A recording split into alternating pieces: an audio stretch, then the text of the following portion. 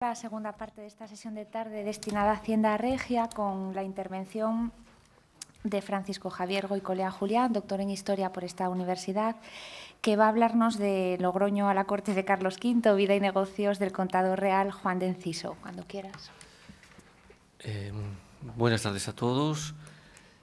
Gracias, María, por la presentación. Agradecimiento también al comité organizador por el trabajo que está llevando a cabo y por lo bien que están haciendo las cosas.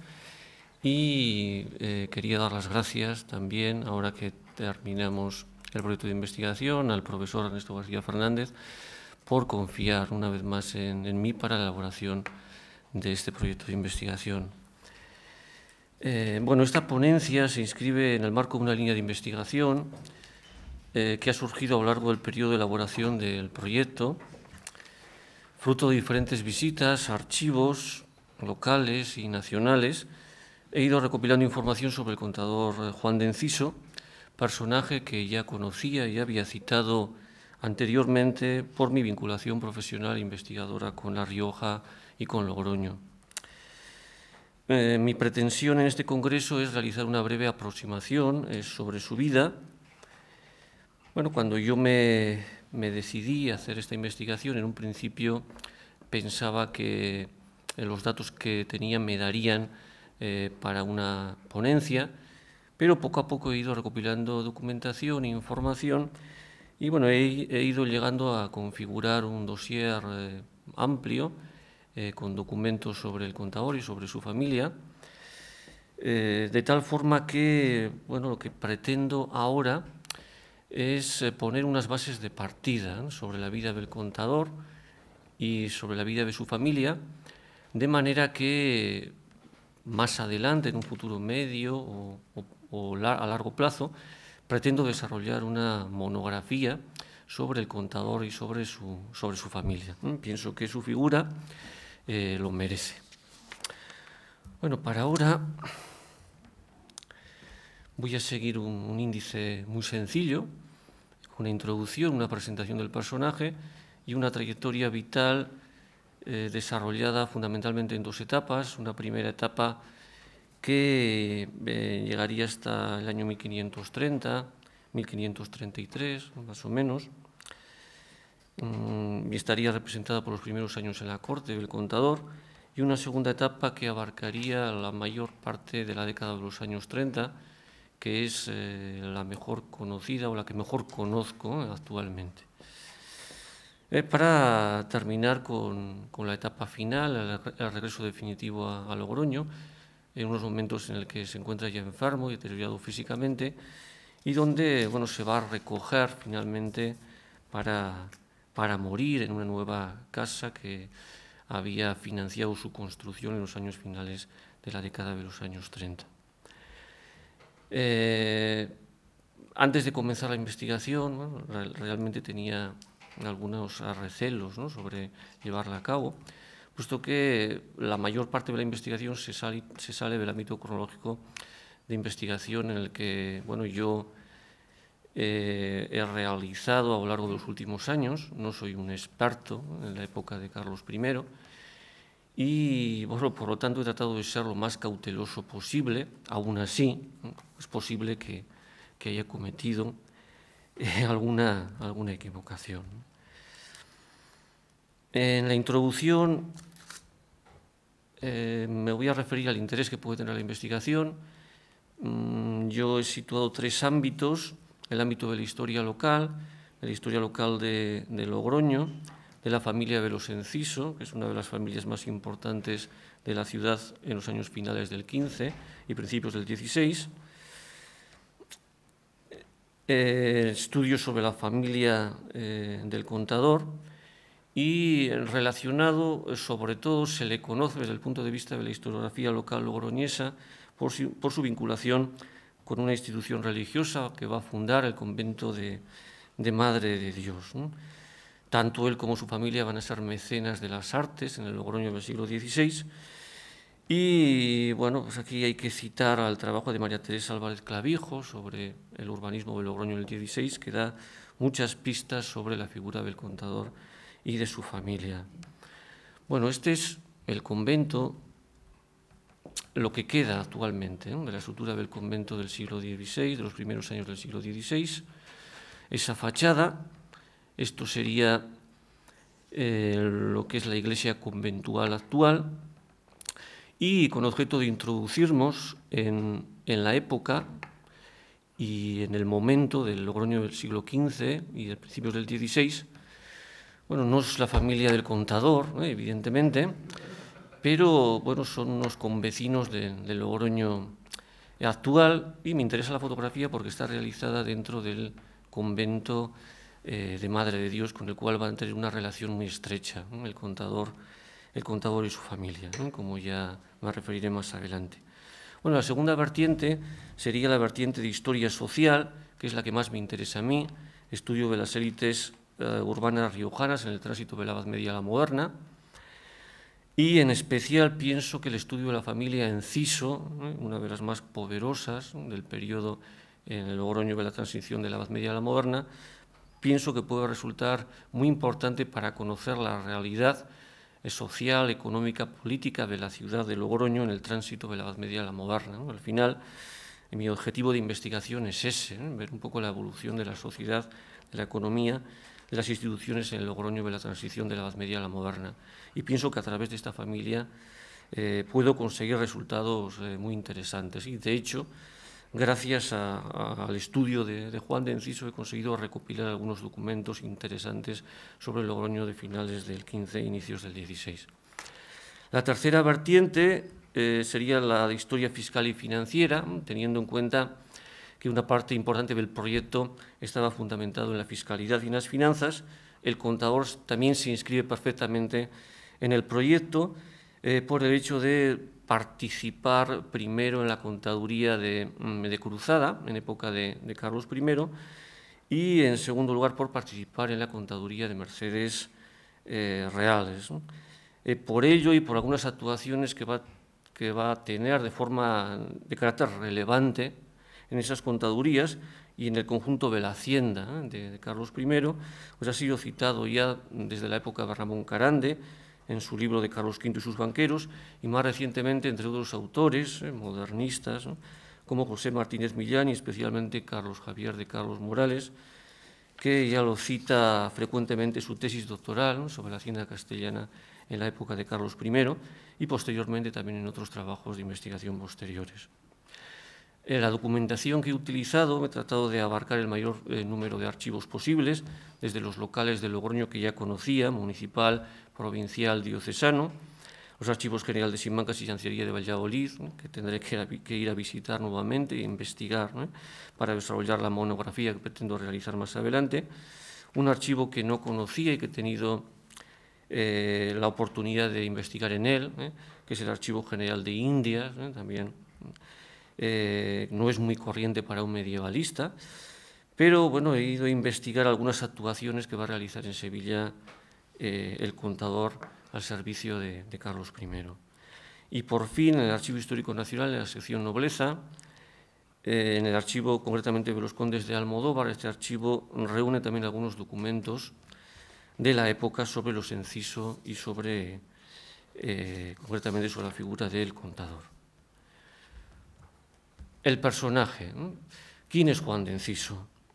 Bueno, la procedencia social del contador es la familia Enciso, son mercaderes y hombres de negocios en el Logroño de finales del siglo XV e inicios del XVI, cuenta con un prestigio importante en la ciudad, son activos mercaderes de lanas, relacionados con mercaderes burgaleses y ganaderos sorianos, vinculados comercialmente a Flandes, a Brujas y especialmente y también a Amberes, miembros del estamento ciudadano de Logroño, acceden con frecuencia al poder político concejil e intervienen en procuradurías importantes, por ejemplo, relacionadas con asuntos fiscales en el Logroño de finales del siglo XV, como el encabezamiento de las alcabalas, ¿no?, en las cuales va a intervenir uno de los familiares del contador, concretamente su abuelo Juan Sánchez de Enciso, ¿no? Ese esquema simple, se pueden comprobar algunos de los familiares del contador, de su abuelo Juan Sánchez de Enciso, su padre Pedro de Enciso el Mozo, ambos mercaderes,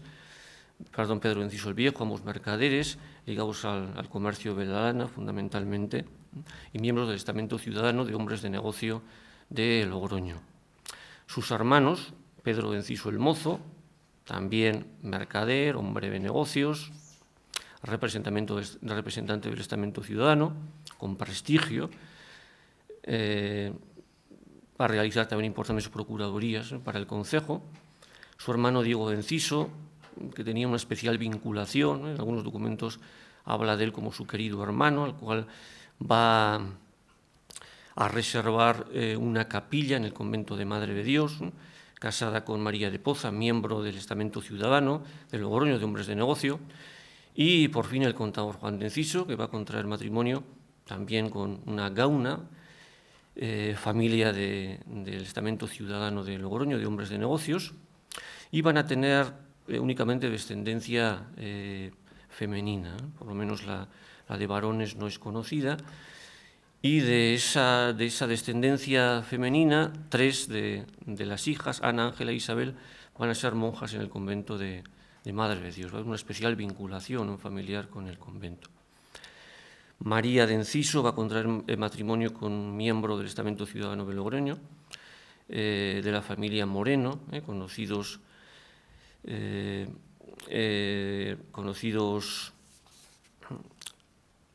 judíos de la ciudad,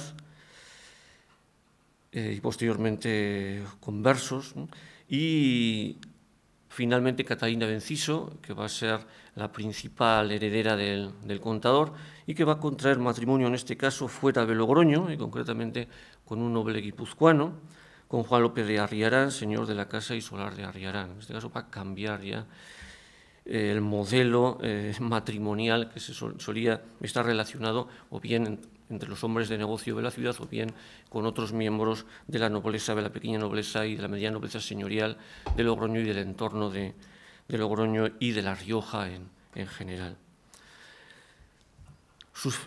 Bueno, aquí se pueden comprobar una selección de algunos de los cargos concejiles que van a ejercer los miembros de la familia Enciso: Juan Sánchez de Enciso, el abuelo; Diego de Enciso, el hermano; el propio Juan de Enciso, va a ser mayordomo, va a ser contador, regidor, posteriormente regidor perpetuo; su padre Pedro de Enciso el Viejo, su hermano, ¿no?, etc.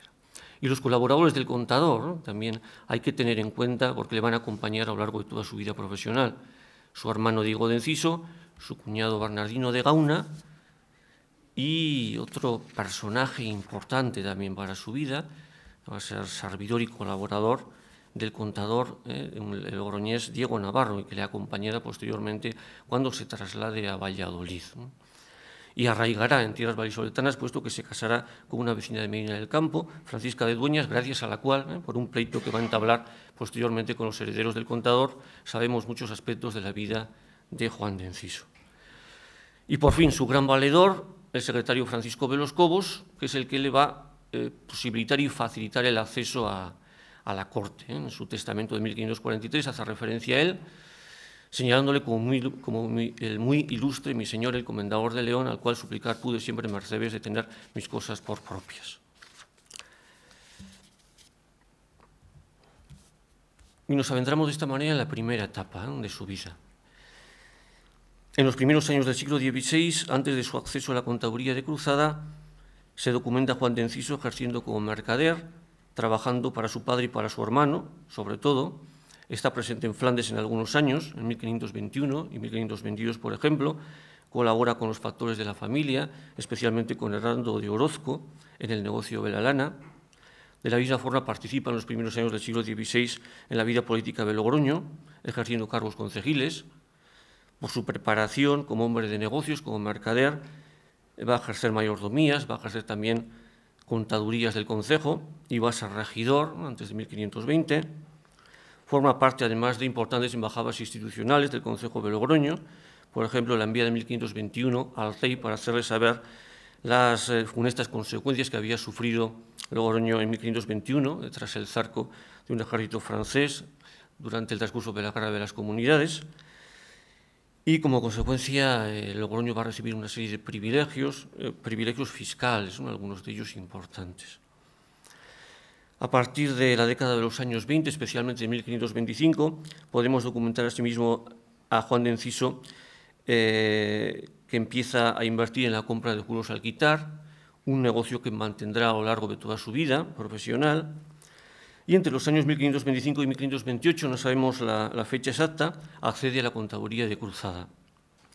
Para esas fechas, y según los estudios de José Martínez Millán y de Carlos Javier de Carlos Morales, los contadores de Cruzada ya habían sido puestos bajo la jurisdicción regia como oficiales sujetos a sus órdenes y mandamientos directos, ¿no? A partir de 1529, Juan de Enciso va a cobrar una quitación anual de 150.000 maravedíes, ¿no?, junto a su compañero en la contaduría, el burgalés Juan de Bozmediano, ¿no? A partir de este momento, Juan de Bozmediano va a ser uno de sus principales socios en los negocios en los que va a participar el contador. El acceso a la contaduría supondrá para Juan de Enciso la llegada a Valladolid, en la que va a ser su segunda residencia, villa que constituía por esas fechas un importante centro de poder político y económico, que era sede de la Chancillería y que poseía un posicionamiento clave en el tejido comercial que vertebraban las ferias de su entorno. Sabemos que el contador poseía una residencia en Valladolid. Tras su muerte, se van a vender algunos objetos muebles de su vivienda, objetos de lujo. La plata, por ejemplo, la venta de plata está muy bien documentada. Y, bueno, la venta que se llevó a cabo en el cambio de Álvaro Encinas supuso una cantidad superior a los 500.000 maravedíes. En 1528, concretamente el 20 de febrero, consigue acceder a la contaduría de Mercedes Reales, oficio que había quedado vacante tras renunciar al mismo el secretario Francisco de los Cobos, ¿no? Él le va a facilitar, ¿no?, por tanto, el acceso, ¿no?, a la contaduría de Mercedes, lo cual le va a suponer una quitación anual de 65.000 maravedíes, ¿no? El acceso a las contadurías va a incrementar las responsabilidades profesionales de Juan de Enciso, a la vez que el volumen de sus negocios va a ir incrementándose también. El primer desempeño importante constatado en la contaduría y a nivel de la Hacienda tiene lugar en 1529, cuando, junto al tesorero Gutiérrez de Madrid y a su compañero en la contaduría de Cruzada, Juan de Bozmediano, tenga una activa participación en las negociaciones con los Figer y los Belser, que posibilitarán a la monarquía, en 1530, la consecución de un préstamo de 1.500.000 ducados consignado sobre los ingresos de la predicación de la bula de Cruzada.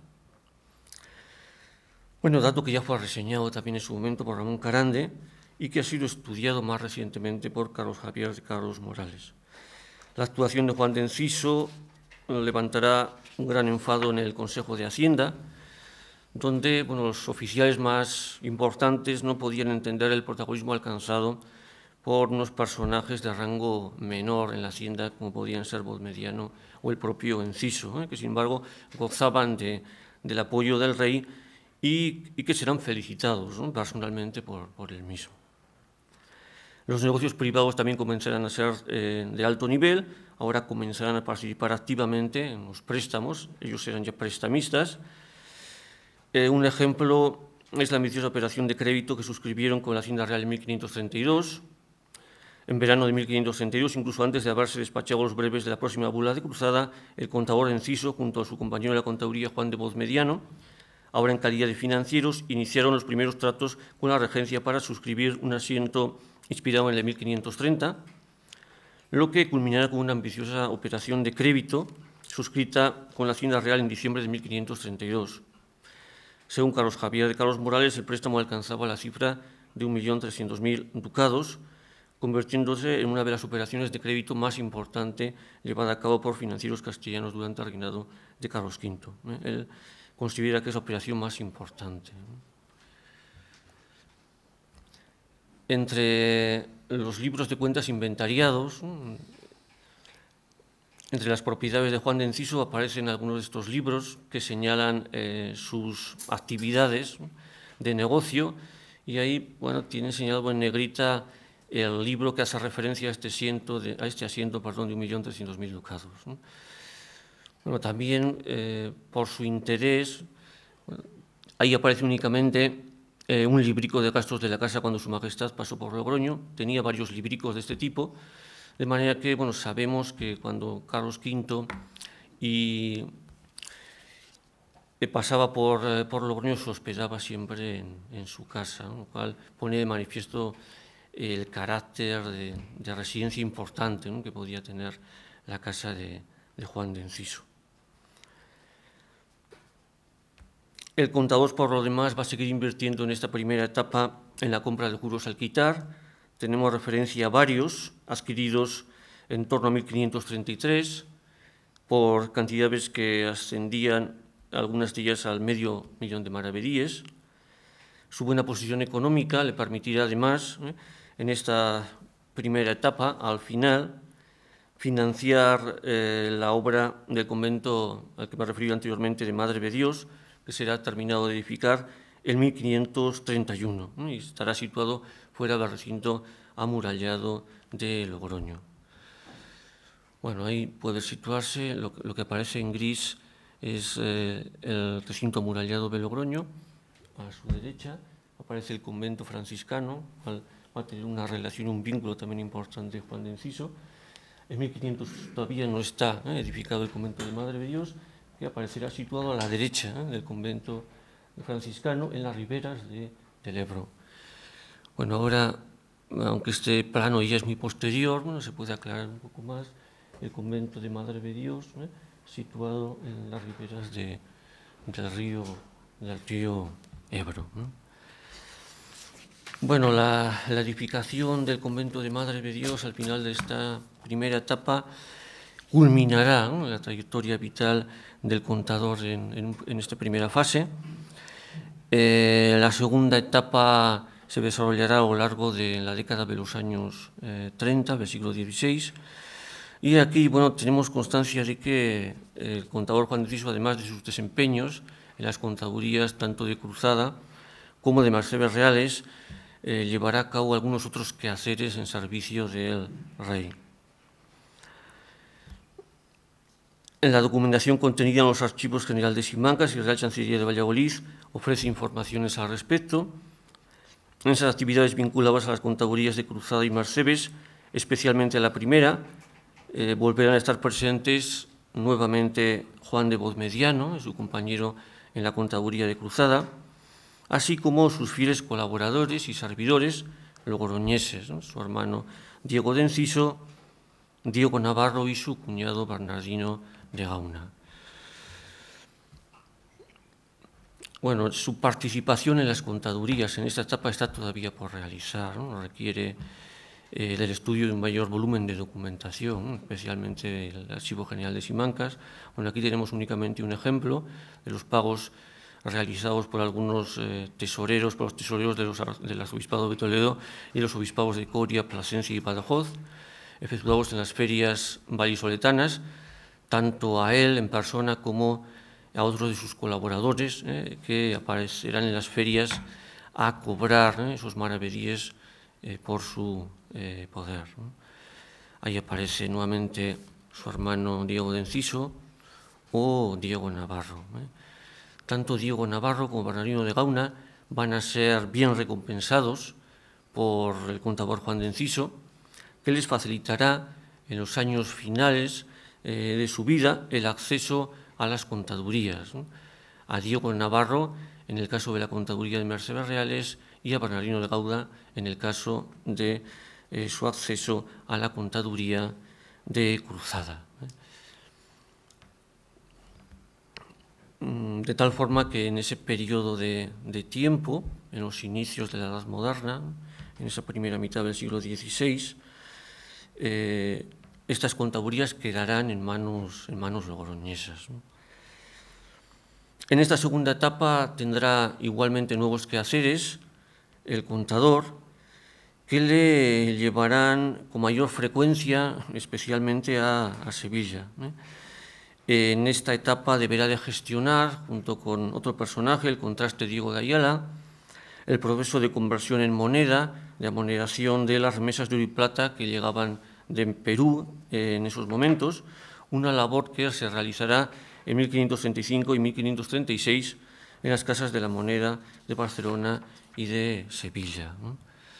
Esa moneda de Barcelona de Sevilla. En la documentación se hace referencia a ello, ese proceso en las Reales Atarazanas, ¿no?, de la ciudad de Sevilla.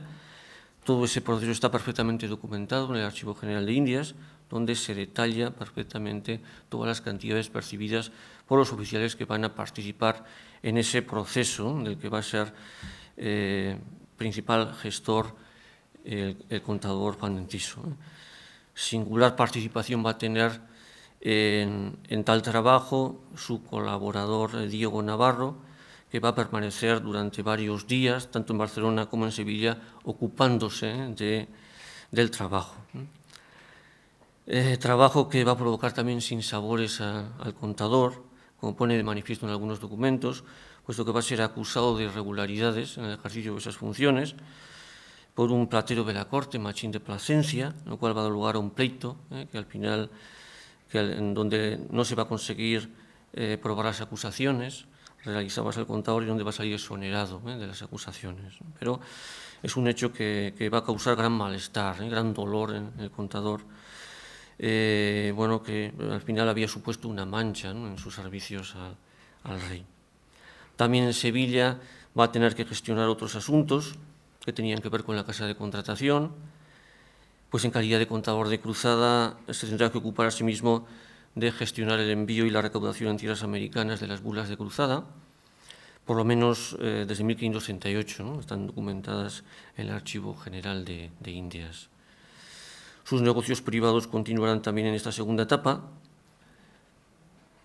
Seguirá participando en labores de prestamista de la Hacienda Regia, junto con Juan de Voz Mediano y junto con diferentes mercaderes burgaleses y vallisoletanos. Y lo mismo podemos decir de los negocios mercantiles, que no va a abandonar a lo largo de todo el periodo de su vida. En este caso tenemos referencias a su participación en negocios que tienen como centros neurálgicos Flandes, especialmente la ciudad de Brujas, Valladolid, Sevilla, Bilbao, Málaga, Cádiz. Los productos con los que comercia el contador son desde la lana, productos alimenticios, el vino, navíos, artillería y armas, ¿no?, de las que proveerá la monarquía a finales de la década de los años 30. Y bueno, a lo largo del texto que se publicará entraré en detalle con algunos de estos negocios comerciales, ¿no?, que ahora únicamente voy a citar.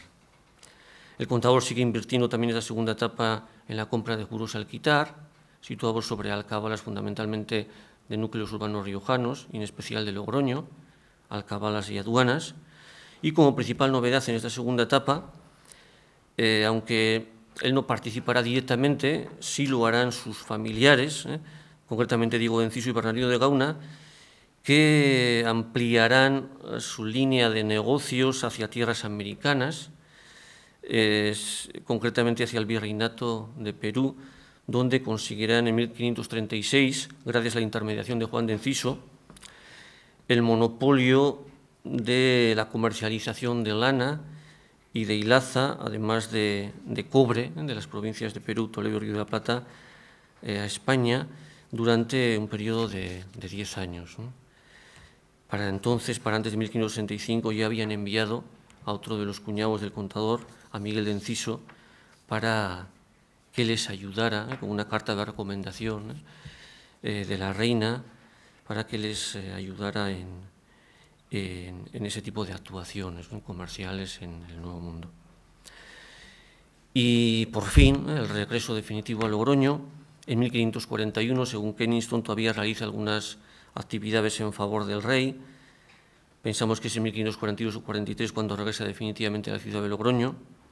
Aquí todavía va a realizar un último servicio al rey, en 1543, cuando adquiere varias regidurías de las que se ponen en venta en la ciudad. En concreto, además de la suya, va a adquirir otras 3.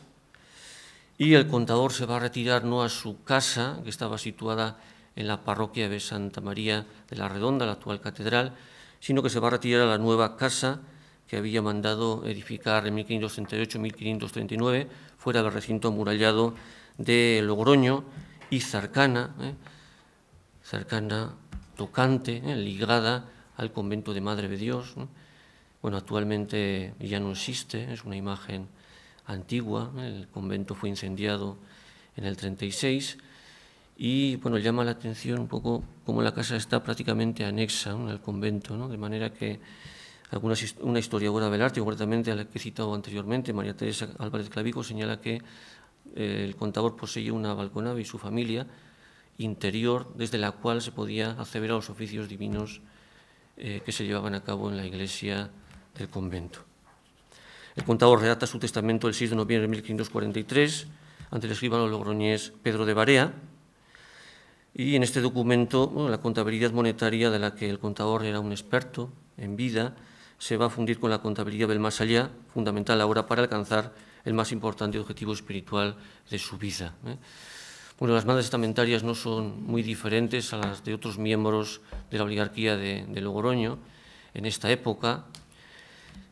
De tal manera, bueno, que se pone de manifiesto esa vinculación que tenía también con el convento de franciscano, que estaba situado prácticamente próximo al convento de Madre de Dios. Hay una serie de mandas pías que van a parar al convento franciscano. Los frailes van a estar en su entierro, se va a enterrar con el hábito franciscano. Pero aún así, junto con este acercamiento a este ideal, ¿no?, de pobreza predicado por los mendicantes, pues aparecen con total normalidad otros aspectos totalmente contrapuestos, ¿no?, como los costosos rituales mortuorios, acumulación de mandas pías, etc. La principal heredera del contador, como ya he dicho antes, era su hija Catalina de Enciso, esposa de Juan López de Arriarán. El contador había pedido privilegio de mayorazgo para su hija al monarca Carlos V, y en el mayorazgo, además de las principales propiedades del contador, se incluía el patronato del convento de Madre de Dios. Para el mes de marzo de 1544, el contador ya había pasado a mejor vida. Su sepulcro va a estar situado en el convento de Madre de Dios, en la capilla mayor. Diego Navarro será el encargado, su fiel servidor, de finiquitar los abundantes pagos, cobros y cuentas y deudas que tenía todavía el contador. Lo realizará a lo largo de varios años, ¿no?, después de su muerte. Cuando muera Diego Navarro en 1554, su viuda, en este caso esa vecina, Francisca de Dueñas, de Medina del Campo, se considerará mal pagada, que su marido había sido mal pagado, y entablará un pleito con los herederos. Gracias a ese pleito sustancioso que se contiene en el Archivo General de Simancas, pues hemos podido saber algunos aspectos de la vida del contador, y además obtener otra serie de pistas, las cuales deberé de seguir, de aquí en adelante para elaborar un trabajo, una monografía más enjundiosa sobre la vida del contador y de su familia en el Logroño de la transición de la Edad Media a la moderna. Muchas gracias a todos y esto ha sido todo.